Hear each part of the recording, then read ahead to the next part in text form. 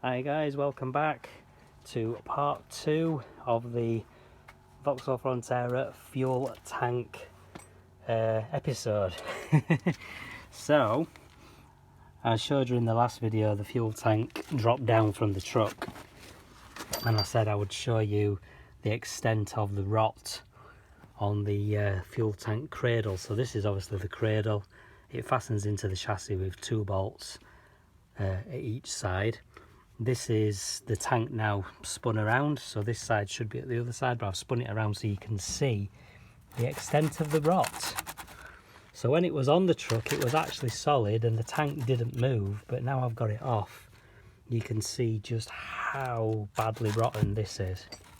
Now my plan was to weld in a big solid chunky plate there and a couple of solid plates underneath and to try and repair it.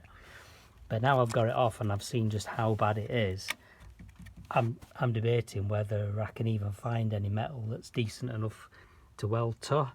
What do we think, guys? Do you think I'm better off just junking this and see if I can get a better one?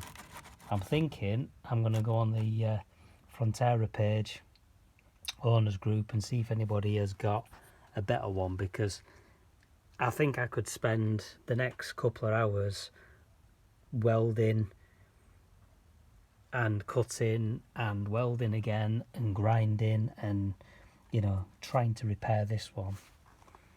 But with how bad it is, I really don't think it is worth trying. But what do you think?